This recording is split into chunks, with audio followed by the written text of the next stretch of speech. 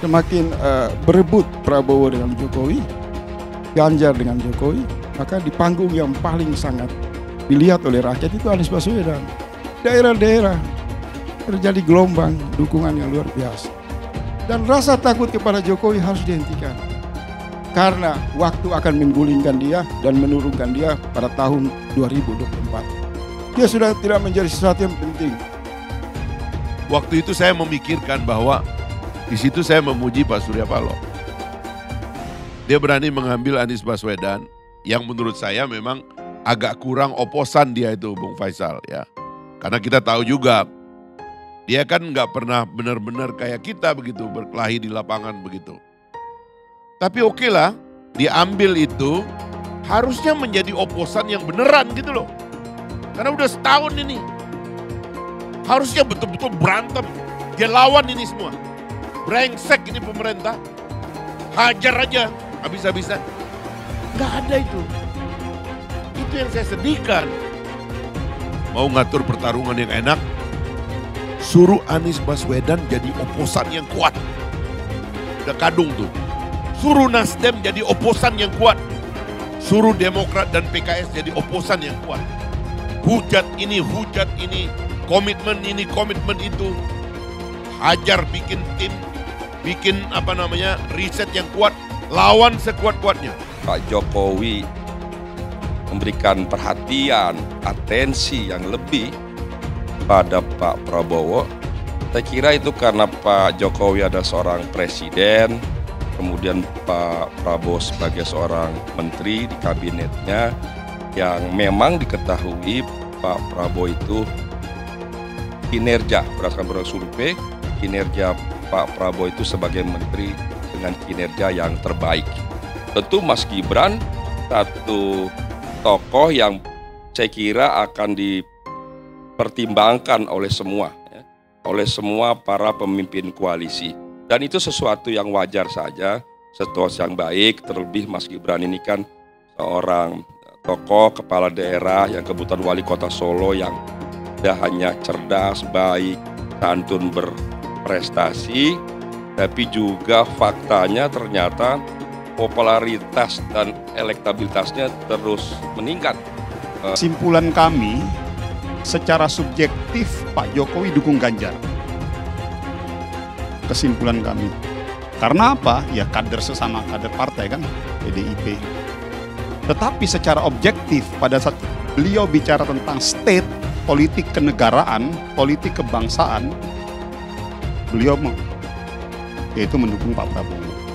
Yang memang ada satu sosok figur yang kita butuhkan dalam hal ini untuk pemerintahan ke depan, yaitu sosok figur yang konsolidatif dan kuat. Itu menjadi pertimbangan, salah satu pertimbangannya pertimbangannya Partai Golkar untuk memutuskan Pak Prabowo. Ada keinginan untuk melihat bahwa Presiden Jokowi sebetulnya ada dalam kecemasan tuh. Dia takut dia tidak dicintai lagi oleh semua partai politik. Pertanyaannya, ngapain sih minta dilamar Jokowi? Apa poinnya di situ? Kalau semua orang minta bagian cinta dari Jokowi, ya buat apa ada pemilu itu? Kan pemilu artinya persaingan. Semua orang mencari cinta Jokowi karena takut akan tidur di kamar tahanan itu. Ya karena orang menganggap bahwa Pak Jokowi itu tidak mampu bahkan untuk mengendalikan emosinya, mengendalikan agresivitasnya, mengendalikan arogansinya. Jadi seseorang yang di dalam kesempatan terakhir untuk memulihkan kemuliaan dia sebagai noblesse oblige, terpaksa masih harus mencari pegangan. Siapa akan menyelamatkan dia 1 hari 2 hari setelah dia lengser? Orang mau menunggu sebetulnya Pak Jokowi di ujung kekuasaannya mengucapkan pidato yang visioner di 17 Agustus. Yang dilakukan adalah curcol. Saya sekarang bingung, ini yang mau jadi capres Pak Prabowo atau Pak Jokowi? Karena balihonya 2, Pak Jokowi dan Pak Prabowo. Padahal ke depan menurut saya yang jauh lebih penting adalah bagaimana kita melihat kualifikasi orangnya secara langsung. Jadi ketika ada usaha orang katakanlah yang mau maju tapi kurang percaya diri sehingga harus mendekat-dekatkan dengan tokoh sebelumnya, ini jadi pertanyaan publik. Dijadikan tameng, bahkan walau kampanye belum mulai, foto saya banyak dipasang di mana-mana. Bukan foto saya sendirian, ada di sebelahnya bareng capres. Saya Gibran Rakabuming mengajak seluruh warga untuk berbondong-bondong ke TPS di 14 Februari nanti untuk memilih PDI Perjuangan dan Pak Ganjar. Untuk sama-sama kita bisa memilih pemimpin yang sudah jelas track record-nya seperti Bapak Ganjar Pranowo untuk bisa kita pilih pada Pilpres 2024. Kalau ditanya mengapa saya tidak mendukung Prabowo Subianto di 2024, alasannya cukup simpel sekali. Karena saya sih mengira atau menduga bahwasanya Prabowo Subianto ini masih didukung oleh kelompok ex-HTI dan FPI, kelompok radikal dan intoleran yang menurut saya mereka ini sangat berbahaya. Meskipun saat ini mereka sepertinya tidak terlihat di permukaan. Dan itulah alasan saya mengapa saya tidak memilih Prabowo dan lebih memilih atau mendukung sosok Ganjar Pranowo. Yang menurut saya Ganjar ini sosok yang tegas kepada kelompok intoleran dan radikal. Kalau bukan di Anies Baswedan, lalu di manakah Rizik Syihab dan kawan-kawannya berada gerangan? Seharusnya ya, kalau mereka ada di barisannya Anies Baswedan, ketika survei terhadap Anies itu turun, mereka pasti turun ke jalan untuk menaikkan hasil surveinya Anies. Kenapa mereka kok diam? Dan sebenarnya sudah terbaca sejak lama, pendukung Prabowo yang garis keras sebenarnya itu tidak pindah ke Anies. Mereka hanya tiarap dulu sementara. Kalaupun sekarang terlihat banyak pendukung Jokowi yang pindah ke Prabowo, itu tuh hanya sementara aja. Nanti kalau Rizik, 212, HTI, dan FPI akhirnya muncul juga, maka secara otomatis pendukung Jokowi yang sementara ini pindah ke Prabowo karena terbuai dengan narasi persatuan akan lari dan kembali ke barisan lamanya yang sekarang sebagian besar kumpulnya di Ganjar. Inilah alasan kuat saya kenapa saya nggak pernah bisa mengalihkan dukungan saya kepada Pak Prabowo. Meskipun Pak Prabowo sekarang dalam tanda kutip sudah dekat dengan Pak Jokowi dan menjadi bagian dari Kabinet Kerja Pak Jokowi. Alasan utamanya adalah saya nggak pernah bisa percaya dengan orang-orang di belakang Pak Prabowo. Dan sekarang terjadi. Orang-orang yang dulu kecewa dengan sikap Prabowo yang mengambil sikap bergabung dengan pemerintah sekarang sudah kembali kepada Prabowo. Artinya formasi pendukung Prabowo sudah kembali. Kedekatan Prabowo dengan Jokowi itu hanya salah satu manuver Prabowo untuk mengambil suara pendukung Jokowi, bukan hijrah. Kenapa saya bilang seperti itu? Karena sampai detik ini Prabowo sudah masuk di pemerintahan pun Prabowo juga nggak pernah berani mengambil sikap atau menentukan sikap bahwa dia anti dengan orang-orang yang intoleran atau ekstrim seperti pendukungnya pada tahun 2014 dan 2019. Dan kesimpulannya adalah Prabowo akan tetap menjadi Prabowo dan pendukungnya kualitasnya akan sama seperti pada tahun 2014 dan 2019. Orang-orang seperti itu pernah mendapatkan tempat di sistem pemerintahan kita seperti di era SBY. Dan hasilnya apa?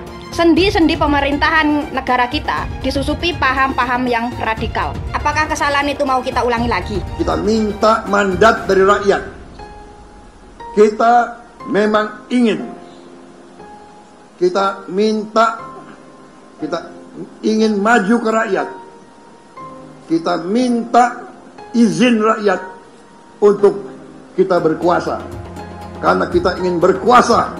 Karena kita ingin berkuasa. Karena kita ingin berkuasa. Dan semoga Yang Maha Kuasa meridhoi itikat baik kita ini.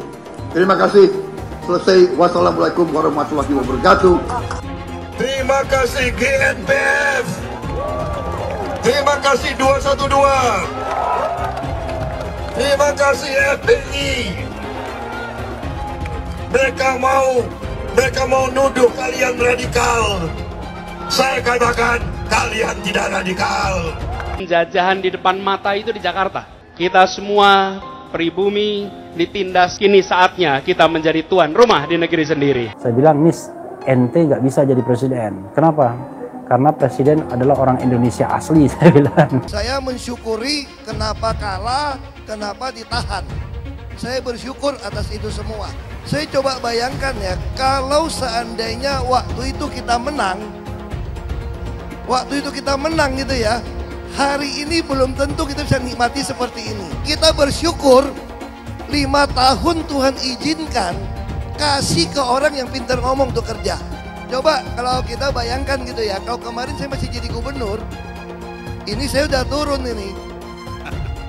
Tapi yang pintar ngomong itu dikira orang hebat kan? Ini lebih berbahaya tahun 2024, langsung ketahuan karakternya. Langsung ketahuan itu. Di saya juga ada kutipan Pak di kamar saya Pak. Tulisannya, Jakarta telah mengambil keputusan yang fatal. Bapak Politik Identitas Indonesia Anies Baswedan, Bapak Intoleransi Indonesia Anies Baswedan. Jangan lupakan, jangan terlena, jangan sampai dia pecahkan kita dengan dagangan ayat dan mayatnya. Air itu turun dari langit, turunnya ke atap rumah langsung sumur bor, bukan ke sungai dan ke laut. Jangan hanya konsentrasi pada pembangunan benda-benda mati yang indah difoto dan bisa ditunjukkan dalam 5 tahun hasilnya. Kalau kita mau menilai sebuah janji, maka lihat janjinya atau lihat kenyataannya. Dulu janjinya apa ya? Dan ini aneh, betul-betul aneh. Ini bukan kampanye, tapi saya sampaikan sini. Di satu sisi menyiapkan jalur-jalur air untuk dikirim ke laut, di sisi lain di lautnya dipasang dengan pulau reklamasi, tinggal tunggu waktu jadi rob, air balik. Dan ini melawan sunatullah. Kenapa? Air itu turun dari langit ke bumi, bukan ke laut. Harusnya dimasukkan ke dalam bumi, masukkan tanah. Di seluruh dunia air jatuh itu dimasukkan ke tanah. Bukan dialirkan pakai gorong-gorong raksasa ke laut. Jakarta telah mengambil keputusan yang fatal. Bukan banjir, itu memang parkir air. Bukan banjir, itu memang parkir air. Masyarakat berkeliling dengan membawa toa untuk memberitahu semuanya, termasuk sirine. Ibon 82 miliar. Apa alat transportasi yang dimiliki oleh hampir setiap orang? Alat transportasi yang dimiliki semua orang adalah kaki. Kalau seandainya orang Jakarta percaya Pak Anies jadi gubernur pun, saya berani jamin kok dia akan lakukan normalisasi yang sama seperti saya lakukan kok. Gak usah bohong lah. Tapi ketika air sampai di muara, maka siap untuk dipompa ke laut. Pancasila Soekarno, ketuhanan ada di pantat. Anak Tuhan dari mana? Kalau Yesus anak Tuhan, bidangnya siapa? Besok di seluruh wilayah Indonesia kami katakan dan Iblis hanya menggoda orang yang beriman. Makanya jarang-jarang orang kafir kerasukan setan. Yang kerasukan setan itu orang baik-baik. Jarang, saya belum pernah nengok Cina kerasukan setan. Pernah tak Ahok itu kerasukan setan? Enggak, setannya juga. Karena sesama setan jarang saling menggoda. Karena di salib itu ada jin kafir. Karena di salib itu ada jin kafir. Karena di salib itu ada jin kafir. Haleluya. Kepalanya ke kiri apa ke kanan? Kepalanya ke kiri apa ke kanan? Tetap percaya salib itu lambang mulia, bukan jin. Kok ketawa? Aku nggak nyindir siapa-siapa loh. Saya nggak pernah mundur untuk kebenaran, keadilan, kejujuran, dan peri kemanusiaan. Gue nggak pernah mundur. Dan gue nggak pernah takut juga sama lu. Siapapun yang rasis, gue akan hadapin. Karena rasis itu tidak berperi kemanusiaan. Sama saya ditanya dulu kan, kamu nyesel nggak statement kamu di Pulau Seribu sehingga masih masuk penjara? Tidak pernah nyesel, karena saya mengatakan kebenaran. Anies didukung oleh FPI, HTI, dan pengasong khilafah lainnya. Etnis Tionghoa dicap sebagai pemberontak, sedangkan etnis Arab dianggap sebagai tuan atau tuan dari pribumi. Etnis Arab dipuja-puja dan dianggap sebagai dewa. Lihat saja Rizik Syihab dan Bahar Smith dipuja-puja, padahal mereka mengundang kebencian. Pengasong khilafah seperti Rizik Syihab, Bahar Smith, dan teman-teman, mereka hanya buat gaduh di Indonesia.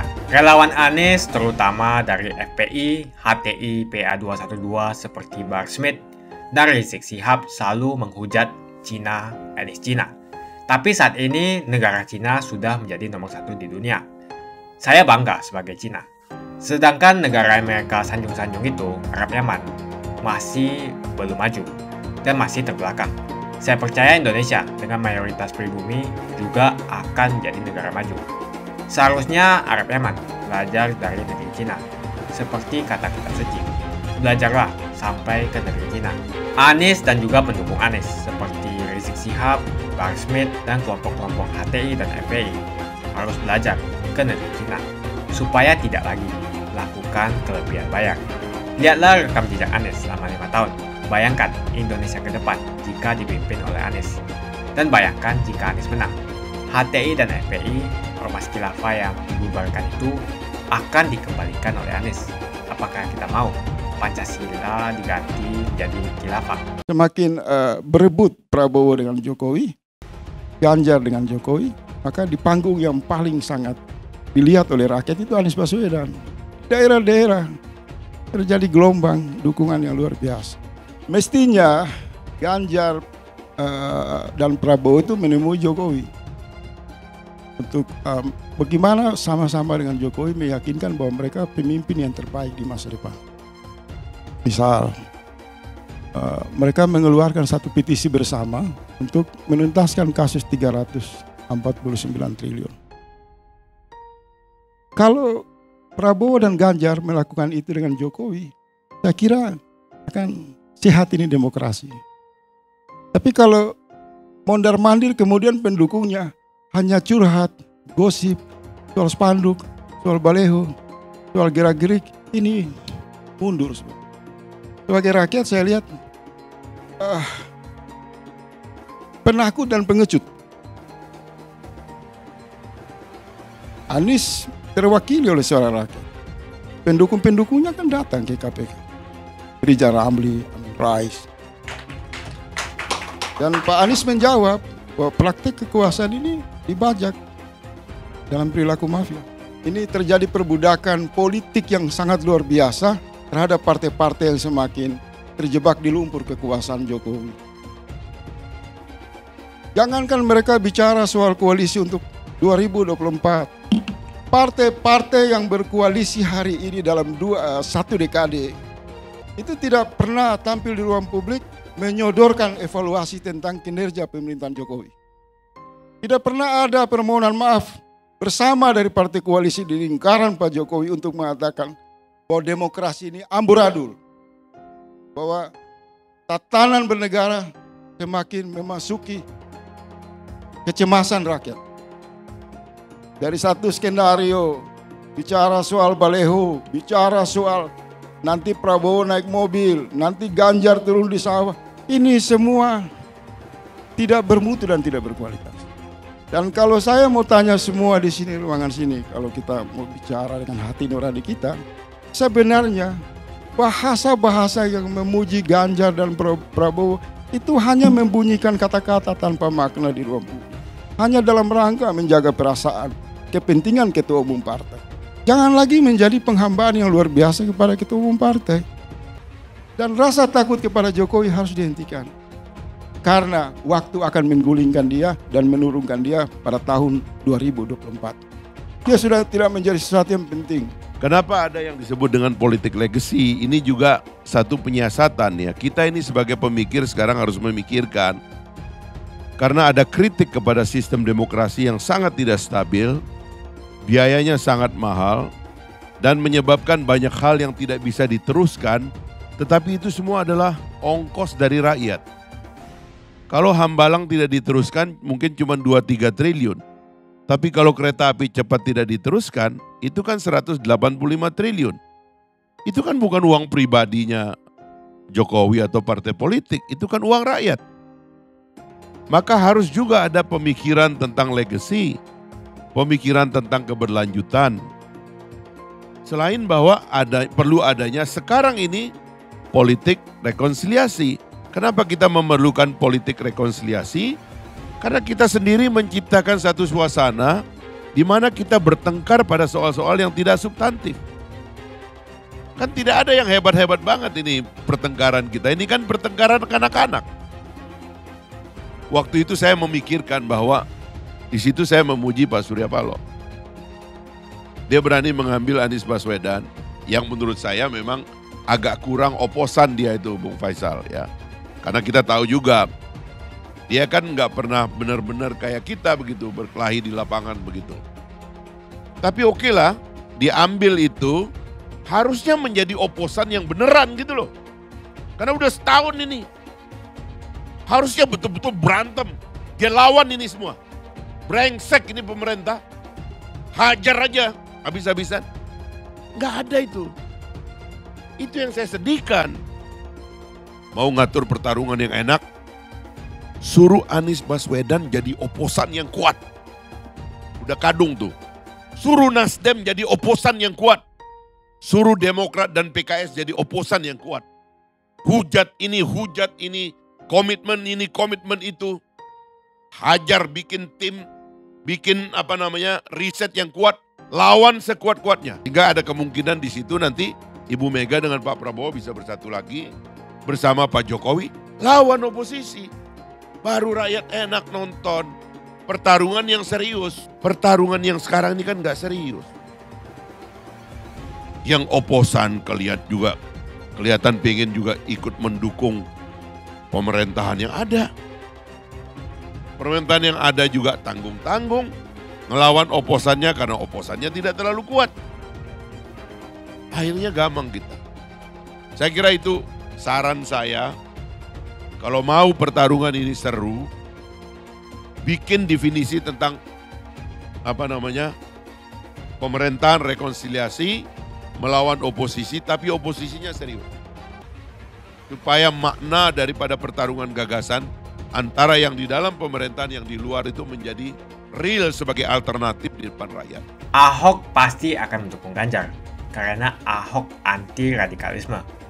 Ahok yang jelas tidak akan mendukung Anies Baswedan karena Anies Baswedan didukung oleh kelompok khilafah, HTI dan FPI, ormas terlarang itu.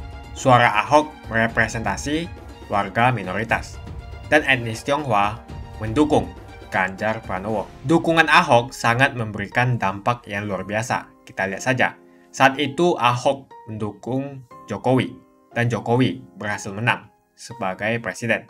Dan saat ini Ahok akan mendukung Ganjar Pranowo dan saya yakin Ganjar akan menang di Pilpres 2024. Saya yakin Ahok tidak akan memilih orang-orang yang pernah bermasalah dengan dirinya di masa lalu.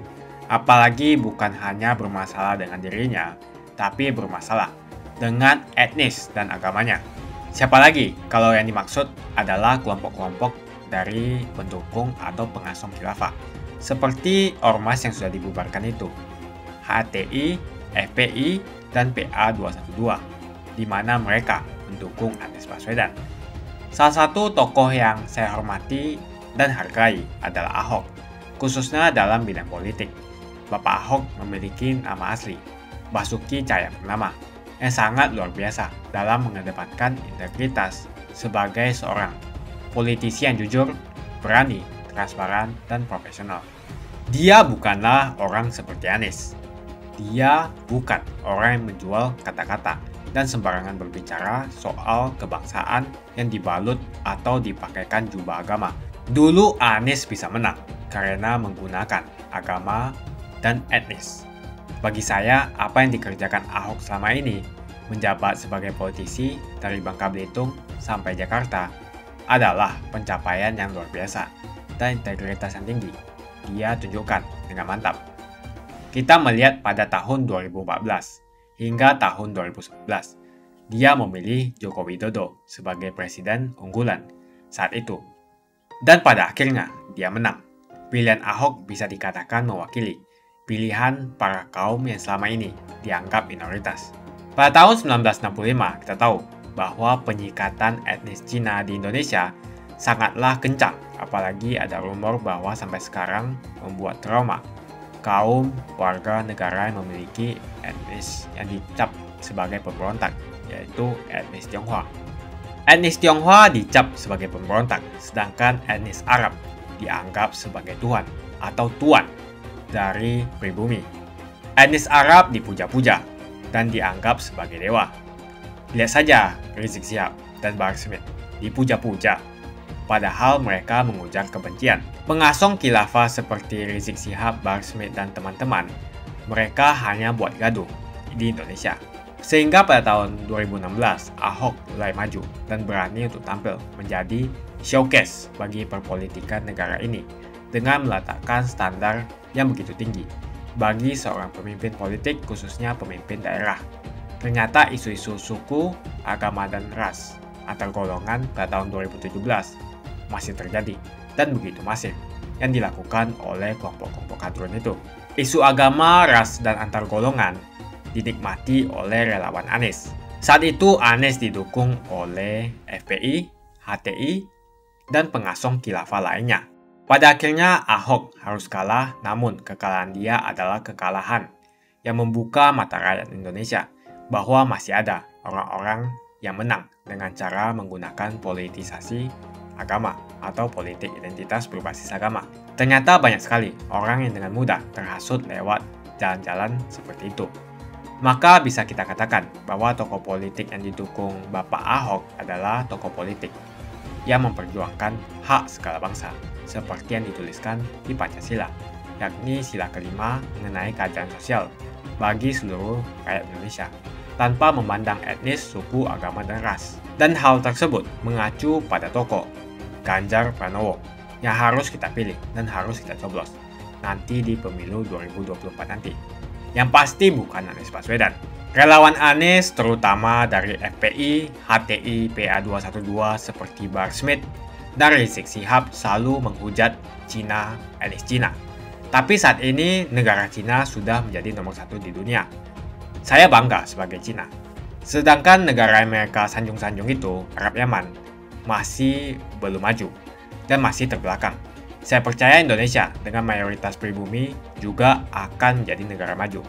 Seharusnya Arab Yaman belajar dari negeri Cina. Seperti kata kitab suci, belajarlah sampai ke negeri Cina. Anies dan juga pendukung Anies seperti Rizik Syihab, Bahar Smith, dan kelompok-kelompok HTI dan FPI harus belajar ke negeri Cina supaya tidak lagi melakukan kelebihan bayar. Yang jelas saya memilih pribumi, bukan yang dari Yaman. Ganjar jelas pribumi, nasionalis, dan pasti akan melanjutkan visi dan misi dari Pak Jokowi. Anies merupakan antitesis daripada Pak Jokowi dan diragukan kenasionalisannya, apalagi pribumiannya. Antitesis artinya bertolak belakang dengan Jokowi. Anies sudah menyatakan tidak akan melanjutkan semua program dari Pak Jokowi. Jadi semua pembangunan yang dilakukan oleh Pak Jokowi akan dihentikan oleh Anies jika Anies menjadi presiden. Lagi pula Anies didukung oleh khilafah dan pendukung Anies adalah ormas seperti FPI dan HTI. Apa kita mau FPI dan HTI kembali di Indonesia jika Anies memimpin? Anies juga dikenal sebagai bapak politik identitas yang menghalalkan segala cara untuk menggapai kekuasaannya, termasuk menggunakan politik identitas berbasis agama. Lihatlah di kasus Ahok waktu itu. Kita sudah bisa melihat hasil kerja Anies selama 5 tahun di Jakarta. Tidak ada satupun janji yang dipenuhi dan tidak ada kinerja yang bisa dibanggakan.